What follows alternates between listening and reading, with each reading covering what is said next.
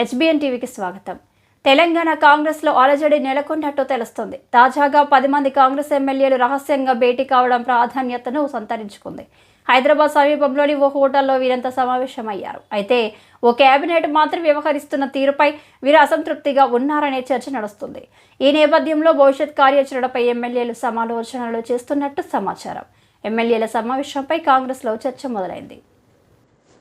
ఇక ముఖ్యమంత్రి రేవంత్ రెడ్డి నేడు మంత్రులతో సమావేశం కానున్నారు.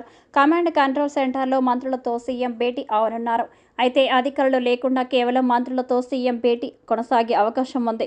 దీంతో రాజకీయపరమైన చర్చ జరుగుతుందని టాక్ వినిపిస్తుంది. ఈ నేపథ్యంలో మేజర్ పొలిటికల్ డిసిషన్ వస్తుందా అనే ఉత్కంఠ నెలకొంది.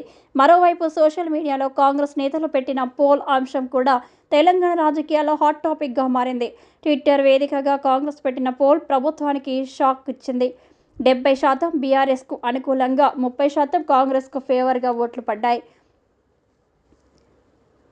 ఈ క్రమంలో కాంగ్రెస్కు వ్యతిరేకంగా పోల్ రావడం హస్తం నేతలకు మింగుడు పడడం లేదని సమాచారం.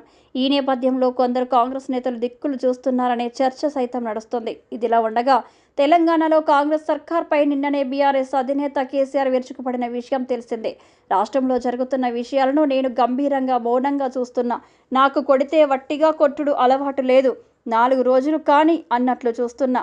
కాంగ్రెస్ అధికారంలోకి వచ్చి ఏడాది గడిచిపోయింది. కాంగ్రెస్ మెడలు వంచి భవిష్యత్ కోసం కొట్లాడాలి.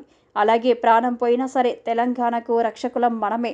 తెలంగాణ హక్కుల కోసం తెగించి కొట్లాడాల్సిందే అని కామెంట్స్ చేశారు. ఈ నేపథ్యంలో కేసీఆర్ వ్యాఖ్యలు రాజకీయంగా ప్రాధాన్యతను సంతరించుకున్నాయి. దీంతో హస్తం నేతలు బీఆర్ఎస్ పంచన చేరే అవకాశాలు సైతం ఉన్నట్లు వార్తలు చక్కర్లు కొడుతున్నాయి.